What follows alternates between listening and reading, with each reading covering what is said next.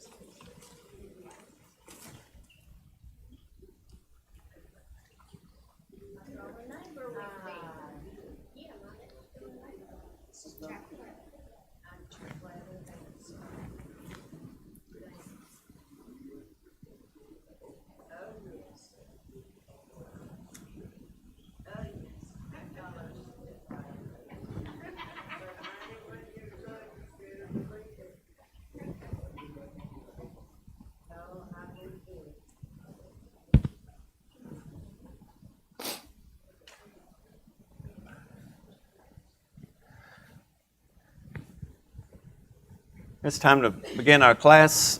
Welcome everyone to our study of Ezra, Nehemiah, and Esther. This is our third class, lesson 2, not counting the introduction, but we're going to be studying Ezra 3, 4, 5, and 6, along with the little background material as we go through this. Glad to have all of you here that are here physically, listening live streaming. Welcome into this too. We have some visitors here. We're glad to have you with us as well. I'm whittling down more and more my introductory material, but I did just want to flash up this one slide for the chronology to remind people where we are in basically the timeline of Bible history. Right there in the red part where they returned from exile, and now they're in this period of rebuilding the temple. And the exile return is placed around 536 BC, and the temple was finished around 516 BC. And you'll see, again, anytime you look at dates, give or take a few years is about as close as you can get on some of these things. But we're going to be studying, like I said, chapters 3 through 6. Try not to cover too much of Haggai and Zechariah, but they're mentioned in our study this that we're covering this morning. Tom is primarily covering their work as well as the work of Malachi, so study the prophets on Wednesday night. But it said this was a time of restoration and preservation that's covered in these 3 books that we'll be studying, Ezra, Esther in between, and then Nehemiah in our study together. And so, but the overall arching theme that I want to keep emphasizing is God's faithfulness to His promise. God is in control despite how the human perspective on events may think that the situation is dire or that all hope may be lost. God was in control throughout the 70 years of captivity. It was prophesied this would happen because of their unfaithfulness. But God had certain promises that He had made through Abraham that were unconditional, and they were still going to take place. And God was going to bring blessings through His seed on all the earth, and that thread that led to the Messiah was still not broken and would be carried through with these Jewish captives that were returning in this time period that we're talking about. And then I'll flash this up a couple of times because we'll be talking some about the effect of the various Persian rulers on the rebuilding of the temple. And so we talked a good bit about Cyrus, who was the one, Cyrus the Great, who made the original proclamation that the Jews would be released from captivity, allowed to return back to their native lands. And he was asking them to rebuild the temple and pray for him. We saw other evidence externally that he did this with many of the captive peoples of various nationalities, and in somewhat selfish way, hoping that they would pray for him and pray for the prosperity of his empire, that he was doing this in a way to gain their allegiance and their religious backing. And so he had a very polytheistic view. It wasn't as though he believed only in the one true God, but he did believe in the power of having worship and sacrifices made in this temple that would appease Jehovah God in that worship. And then Cambyses was the son who succeeded him, and he's not really mentioned unless you take the belief. Some people say that this chapter 4 confusion is really about Cambyses going by the name of Ahasuerus, but most people believe there's some jump forward to the last two rulers in a flash forward narrative in chapter 4. We'll get to that in a minute, but and Darius or Darius or Darius, I actually found three different pronunciations of that, is the third ruler that we'll talk most about when the temple was completed and was allowed that work to go forward. So we talked near the end last week about how now there's all these exiles returning, some 42,000 of them that were going back, and they were very happy to be leaving. Lots of smiles, but they had a long journey of 800 to 1,000 miles going through the more habitable lands rather than cutting across the desert. It made that an even longer journey. But they were glad to be back. And before I leave this happy thing, I wanted to read Psalm 126 because I think it sets the mood for this period in time that I think the psalmist was covering this return from captivity, and just 6 verses there. When the Lord brought back the captive ones of Zion, we were like those who dream. Then our mouth was filled with laughter and our tongue with joyful shouting. Then they said among the nations, the Lord has done great things for them. The Lord has done great things for us, and we are glad. Restore our captivity, O Lord, as the streams in the south. Those who sow in tears shall reap with joyful shouting. He who goes to and fro weeping, carrying his bag of seed, shall indeed come again with a shout of joy, bringing his sheaves with him. Most of you recognize that's kind of the basis for bringing in the sheaves, the old hymn that we sing. But it's the whole contrast of turning weeping into joyful shouting and rejoicing. So despite the long journey, it was generally a mood of very happiness and rejoicing that they could come all the way back to this little tiny town of Jerusalem, which when you look at it on the big map was a very small speck in the Medo-Persian Empire.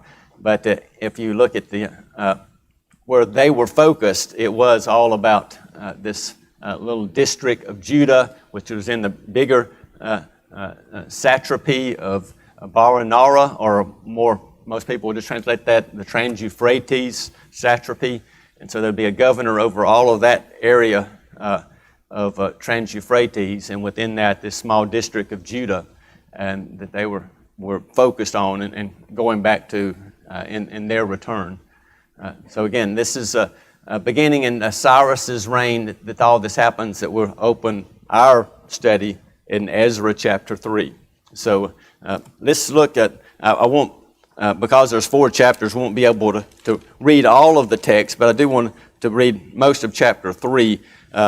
Beginning the first 7 verses, let's read the scripture together.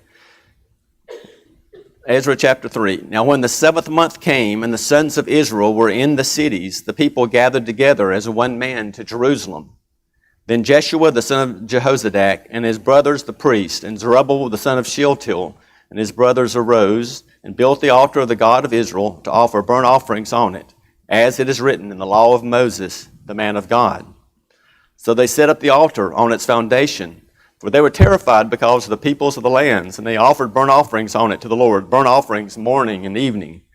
They celebrated the Feast of Booths, as it is written, and offered the fixed number of burnt offerings daily according to the ordinance, as each day required. And afterward there was a continual burnt offering also for the new moons and for all the fixed festivals of the Lord that were consecrated, and from everyone who offered a freewill offering of the Lord. From the first day of the 7th month they began to offer burnt offerings to the Lord, but the foundation of the temple of the Lord had not been laid. Then they gave money to the masons and carpenters, and food, drink, and oil to the Sidonians and the Tyrrhenians, to bring cedar wood from Lebanon to the sea at Joppa, according to the mission they had from Cyrus, king of Persia. Okay, so we can see the exiles are now getting to work, and it says, at the end of chapter 2 that we finished up last week, they had gotten back and had arrived there in the area of Jerusalem. It mentioned that they had gone to the various cities, their historical places of settlement that their families had had and the possessions of that. They had dispersed out to the cities, but it mentions when the 7th month came, they gathered together as one man to Jerusalem.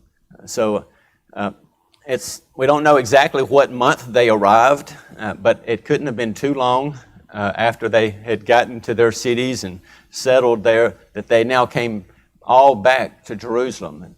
The last of chapter 2 shows them dispersing somewhat. Of course, the whole area of Judah was not that large, but some of them settled in other cities besides Jerusalem.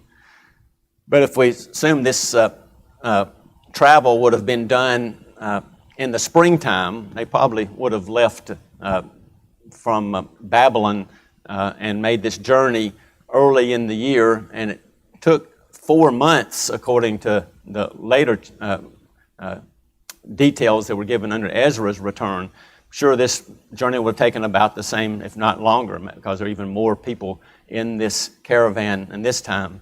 So it's somewhere, depending on whether they left right at the first of the Jewish year, which would have been somewhat more in the springtime, or a little bit later into the year. They hadn't been there very long, maybe 3 months at most, maybe as little as 1 month that they had been there, that the 7th month rolls around and they are gathered together into Jerusalem. And then the focus then, as I've termed it, is first things first, rebuilding the altar on its foundation. What do you think of that expression, first things first? Why do you think that was the right thing to put first? Anybody? Hazel?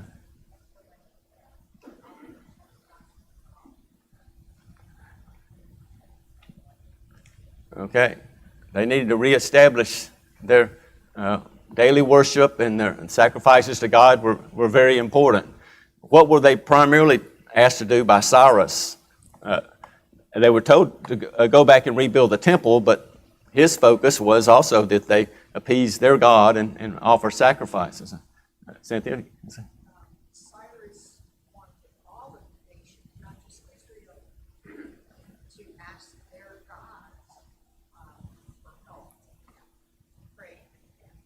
Okay, that's it. So this is just part of his political plan, was to get all the gods on his side. All right.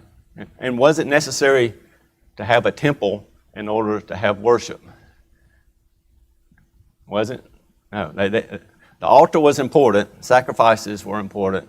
But the temple could come later. So the building of this altar, or rebuilding the altar, was important. There's quite a number of questions at the end of our lesson, but question 2 asked, who were the leaders in this? So when they started rebuilding, 2 men are mentioned, and they'll be mentioned many times more in this narrative. Who were the main leaders of them in this rebuilding effort that are mentioned? There's Joshua and Zerubbabel, or Joshua, or even it could be translated Jesus later on when you look at the different ways this is translated.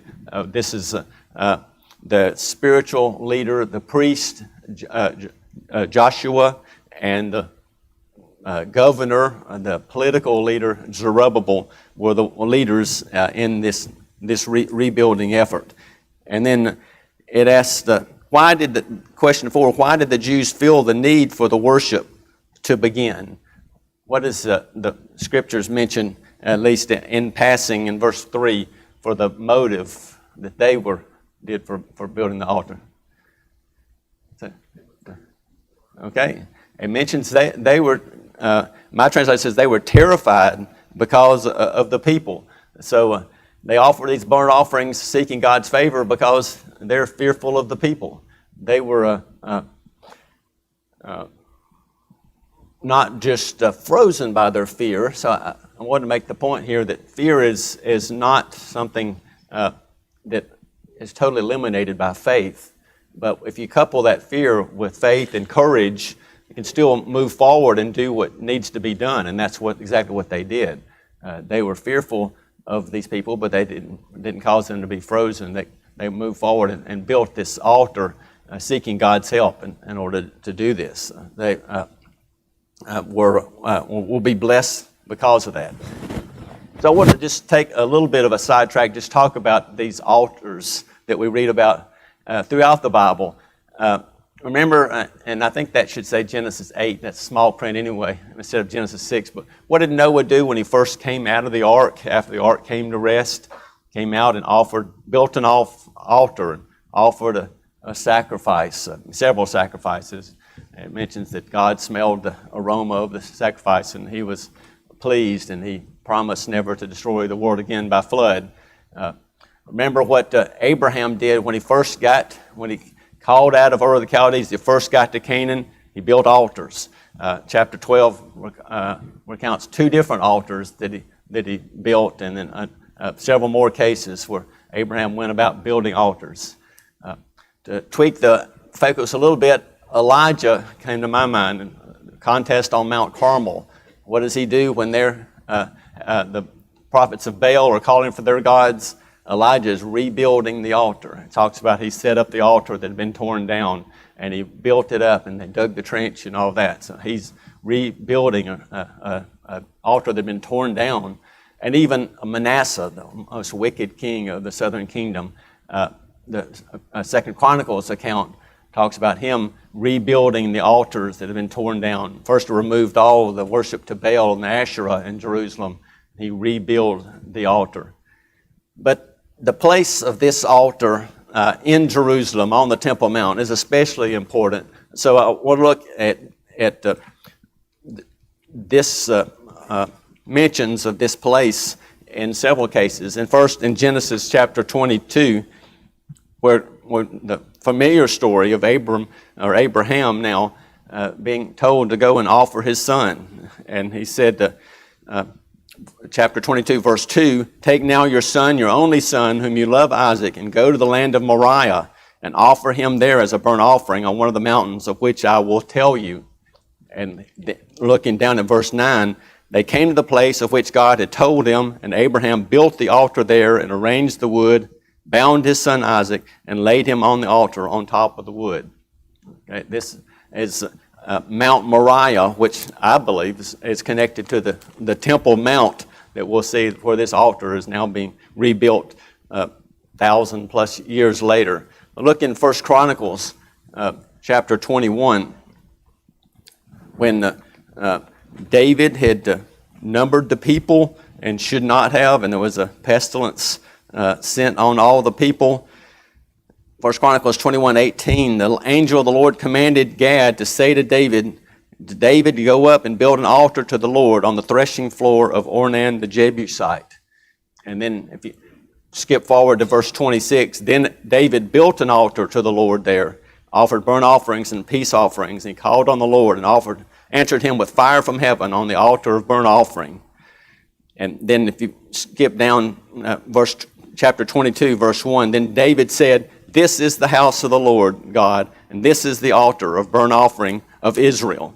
So this place was where the temple was going to be built, where he had built, I believe hundreds of years earlier, Abraham had built this altar to offer his son Isaac. Now David there on the threshing floor builds this altar and declares that's where the temple is going to be built. And then that's kind of fulfilled if you look at 2 Chronicles chapter 3. Verse 1, "Then Solomon began to build the house of the Lord in Jerusalem on Mount Moriah, where the Lord had appeared to his father at the place that David had prepared on the threshing floor of Ornan the Jebusite." And chapter 4 mentions the bronze altar, chapter 4 and verse 1, that is there as part of the temple construction.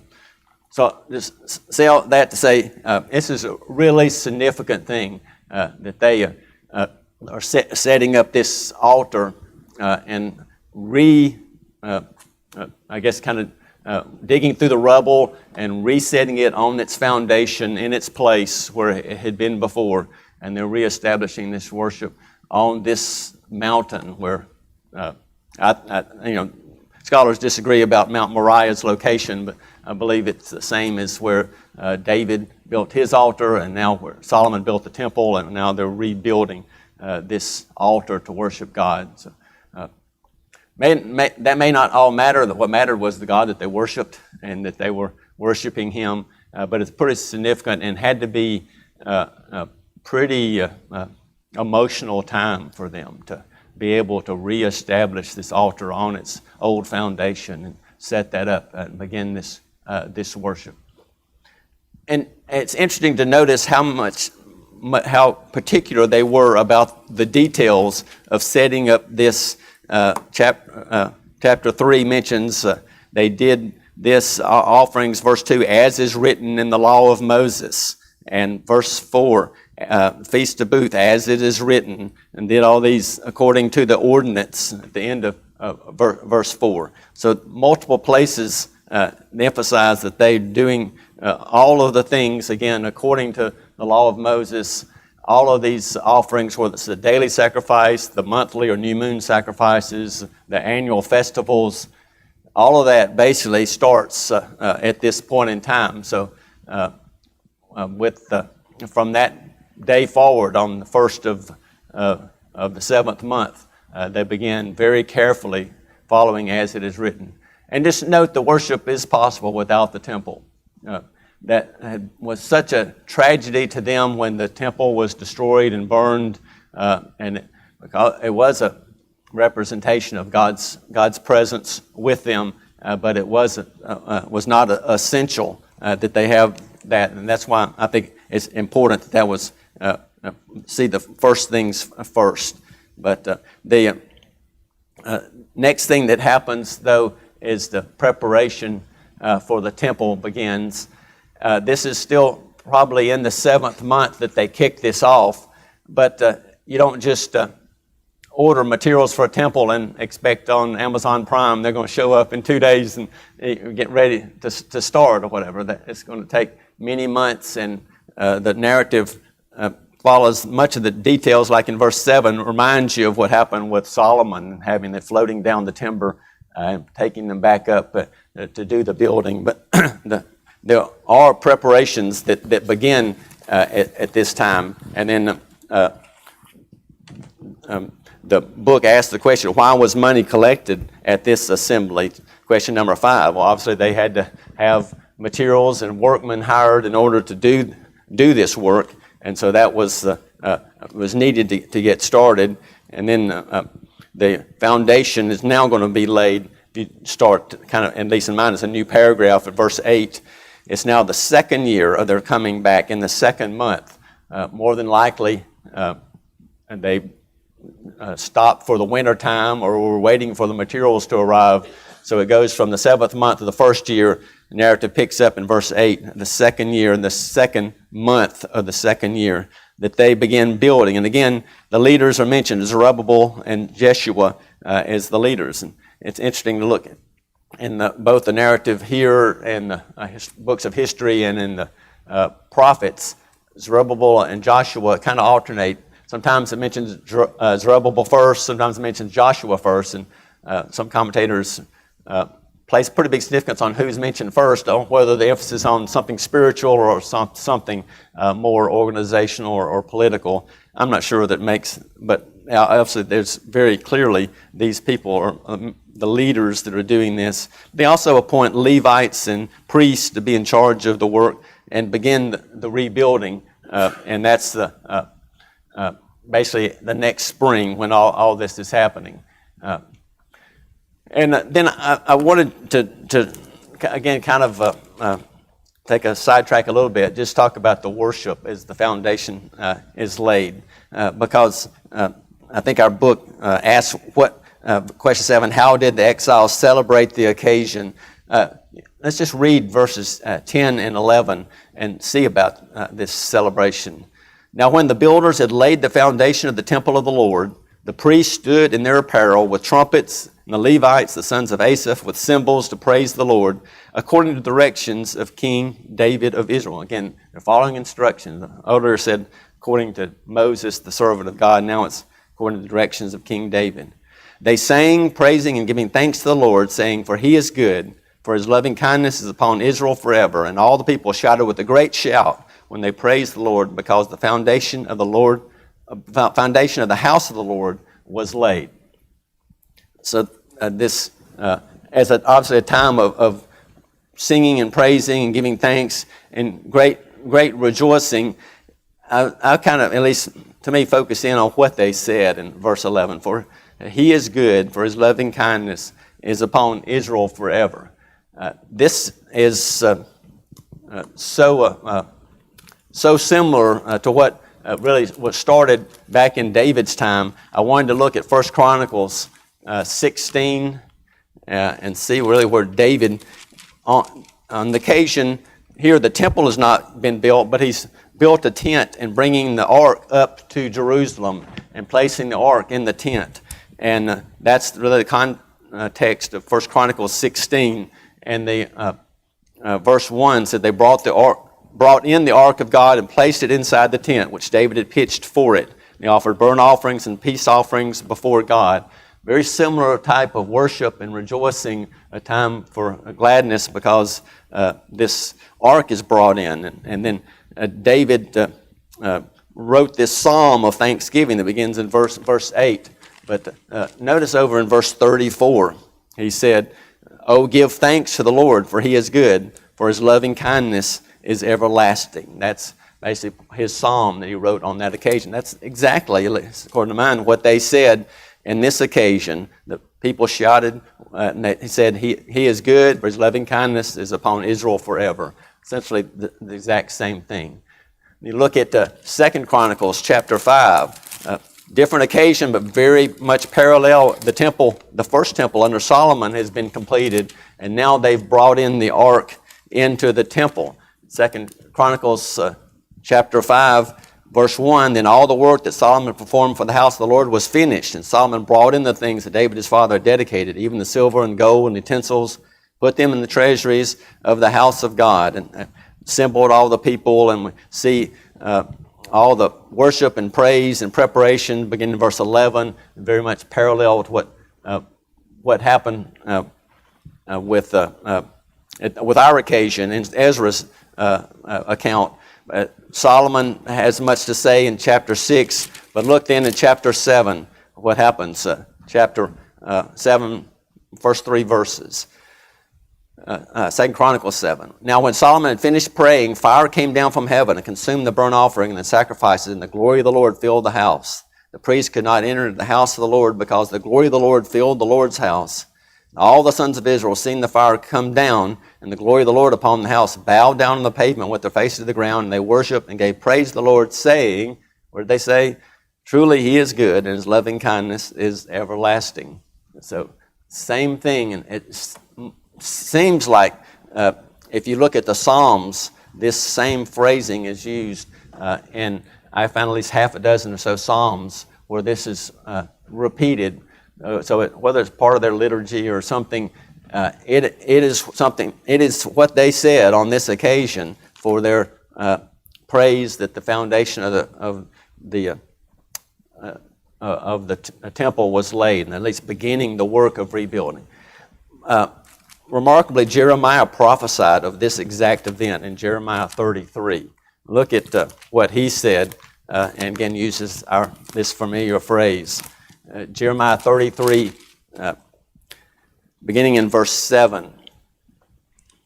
I will restore the fortunes of Judah and the fortunes of Israel, and I will rebuild them as they were at first.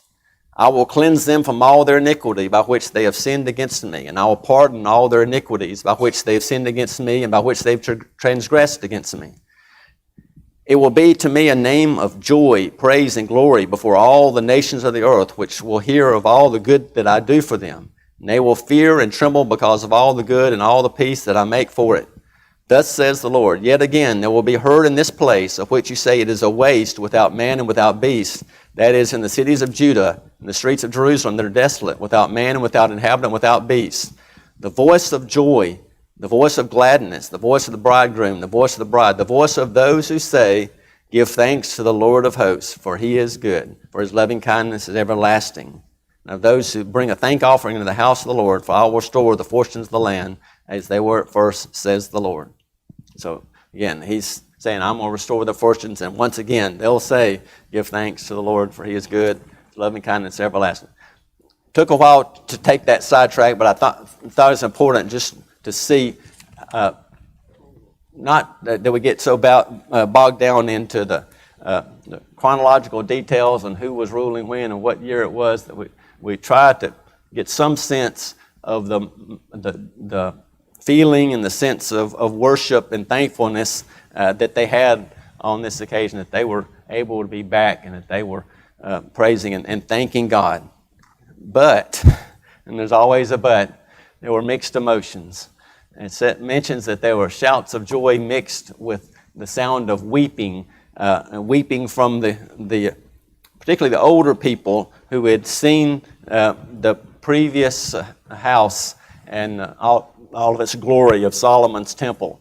And so there was a mix of the rejoicing of those on this occasion and weeping, whether it's totally sadness type weeping or just kind of the melancholy feeling of, sometimes, you kind of have this crying that's a mix of just utter overcome with happiness.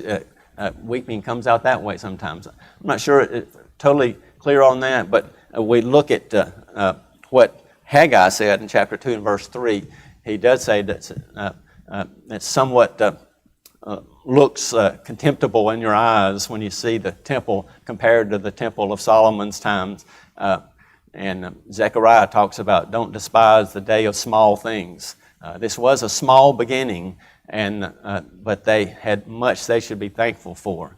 And if you just stop and think about the temple that the old men remembered, and now this is 536, the temple was burned in 586, so even if they weren't taken captive to the last wave and saw it just before it's burned, it's now 50 years plus.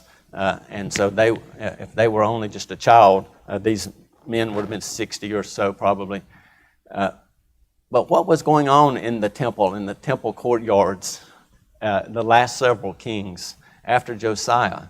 It wasn't a lot to be proud about the temple and about really the state of religion and worship of God that was represented by the temple was not something to fondly really think back on. So just what I wrote down in my notes is just, I can't even find where my note, just in equation form, you can say grandeur of Solomon's temple does not equal holiness in heart. It's just holiness and faithfulness to God is the important thing they need to be focused on, not that it didn't have as much gold as Solomon's temple and all the things that his temple had stood for at one time. Though they may have existed physically, the faithfulness to God had dwindled for hundreds of years before it was actually burned. And so it really should not have been weeping, and that's really what the prophets are trying to encourage them to. So I knew I'd take most of our time to talk about chapter 3, but I thought it was important to try to set the mood here. So Ezra chapter 4. Ezra's chapter 4 is confusing because the chronology is difficult to follow. And I'll just flash up these two sections, verses 1 through 5, and then the last verse in 24 seem to be talking in current events, the current immediate opposition and the work stoppage on the temple after they'd laid the foundation. We read that the work was stopped. Verses 6 through 23 appear to be kind of a flash forward to 3 letters of accusation. They're written and opposition is recounted.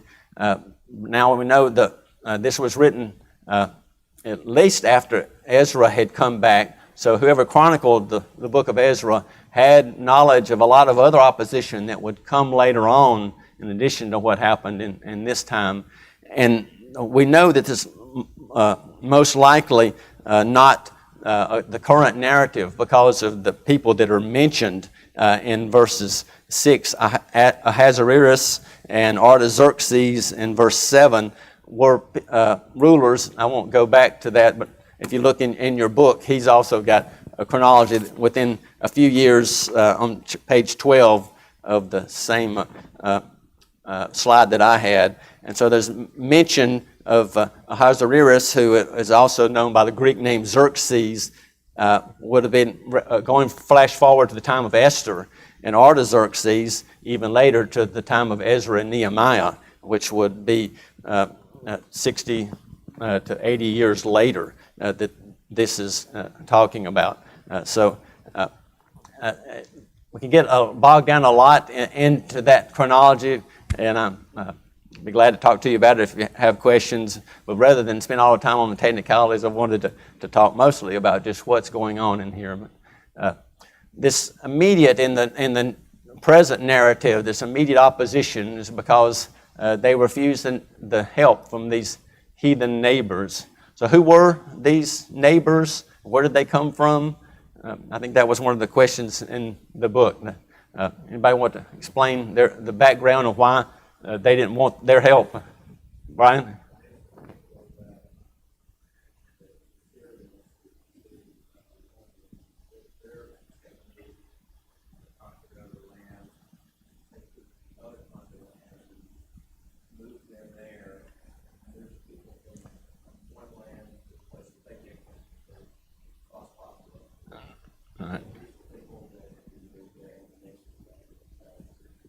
You know, and we know back when that happened, and was Syria was the power, and the nations that were resettled in this land of Palestine didn't know how to worship God, and they sent some priests back to help them, but they still mixed that religion of worshiping God with their own gods and their own nationalities. It was a mixture of polytheistic worship that was not pure, and even though they claimed that we've been worshiping, sacrificing to your God, it wasn't the type of monotheistic worship, thou shalt worship the God and only this God sort of allegiance to God that he was expecting, and that was not what Zerubbabel and Joshua saw would be helpful. So they refused their help, and you wonder whether their help was really ever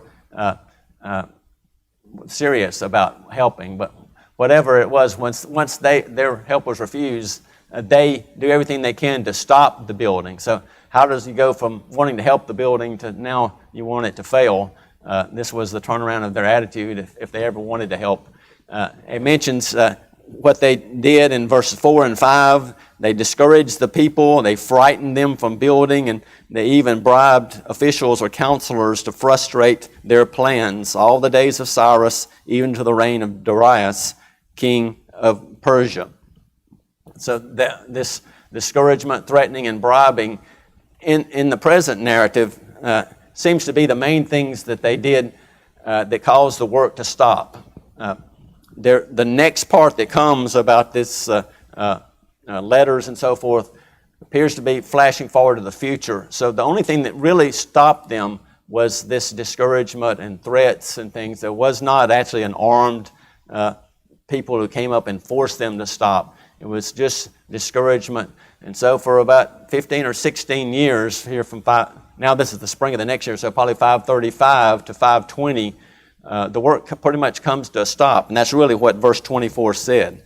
Then the work of the house of the Lord in Jerusalem ceased. It was stopped until the second year of the reign of Darius, king of Persia.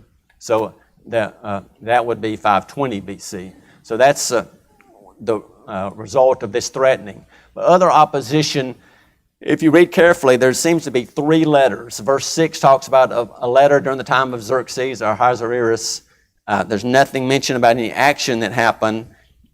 Verse 7 mentions a letter to Artaxerxes, and you'd think that's the same letter that follows, but it's not. It doesn't appear to be, because the officials that are named in verse 7 that write this letter are totally different than the officials in verse 8 and forward, where it seems to be another letter that finally succeeds, accusing them of being rebellious people and sounding all patriotic, that we're worried if the king is going to lose taxes and things, and very much hypocritical sort of letter. But anyway, it seems Artaxerxes issues an order to have the work stopped, and basically the enemies are forced by force of arms to stop working that's mentioned. But verse 21 it's interesting. It says, "So now I issue a decree to make these men stop work, that this city may not be rebuilt until a decree is issued by me."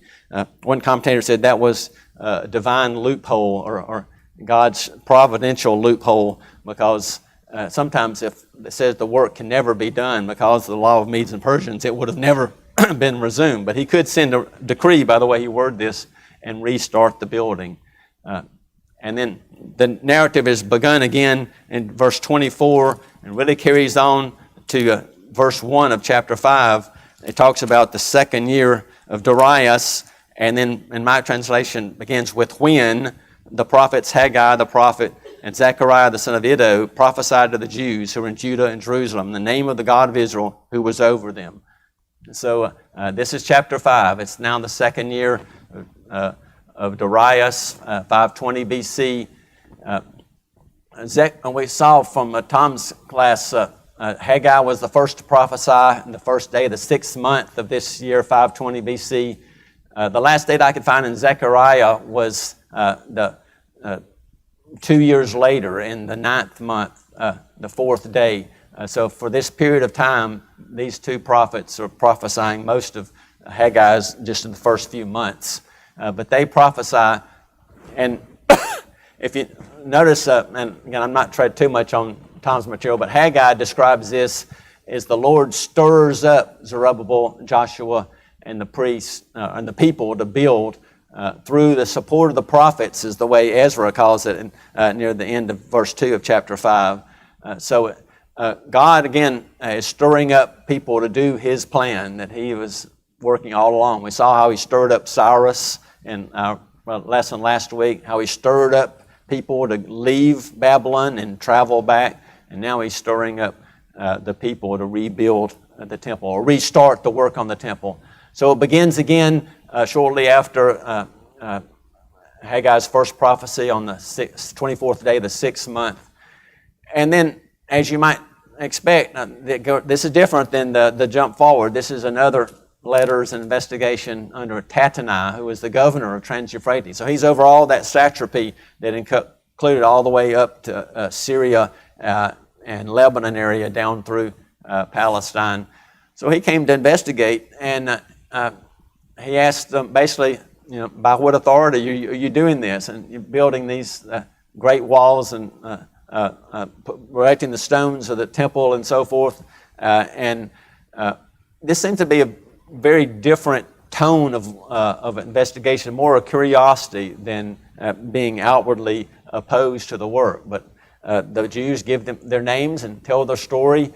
And again, it seems by God's grace, they are allowed to keep working. And it says, verse 5 of chapter 5, the eye of their God was on the elders of Jews, and they did not stop them till a report that could come from Darius, and then a written reply be returned concerning it. This took a while for this report to get to Darius, and the investigation to find the records in the archives and return back. They kept on working during all this time. So this is the fervency and their work is admirable. And so the governor writes to Darius and asks him to give instructions after you investigate to see if this is true or not. But think if you're the leaders of the Jews, basically he's come in and taken names and you don't know what the ruling's going to be. You've got to be a little bit nervous. They have the names of who all the leaders are and written down, and the most powerful, the king of this huge empire is going to basically hold your life in his hands. But so probably a long wait for a reply is the point. Chapter 6, he orders a search of the archives. They found a scroll, and they read this memo from Cyrus, and he gives very much detailed instructions about, yes, the temple is to be rebuilt. This is how it's to be rebuilt. You use the treasury funds of the empire for that, and I want you to, and I've given you these holy vessels, I want you to place them in that temple once it's built. And so he sends this decree back. It's interesting what he tells Tattenai. He essentially says support their rebuilding, but he says keep away too. Unlike what the heathen around had said, we really want to help you out. He could understand, apparently, at least had enough wisdom to see that because the different religions, they need to be left alone to their own building. But he said, you pay for the rebuilding and all the cost of the bulls and lambs and sacrifices, and talks about severe consequences if you violate that. Then it says, Tattenai's officials comply with all diligence. And verses 13 is mentioned. He tells them, carry this out with all diligence in verse 12. And it just, diligence seems to kind of run throughout this section, because chapter 5 and verse 8 talks about, I went and saw that they were building this house again with huge stones and beams and working with diligence and succeeding in their hands. So just interesting that diligence is kind of mentioned multiple times. So finally the temple is completed in the 12th month, 3rd day, 4 years later. And it mentions, interesting in our narrative, that they were successful, verse 14, because the prophecy of Haggai the prophet, and they finished building according to the command of God and the decree of Cyrus, Darius, and Artaxerxes. So mention God's help, the prophet's help, and the political king's help. And it's all celebrated with a great dedication. And in the next month, since this was the 12th month, the first month of the next year would be Passover month. And they were able to actually worship with the Passover. So thank you very much. We will talk about the next section, jump forward in time to the second return in chapter 7 next week. Thank you.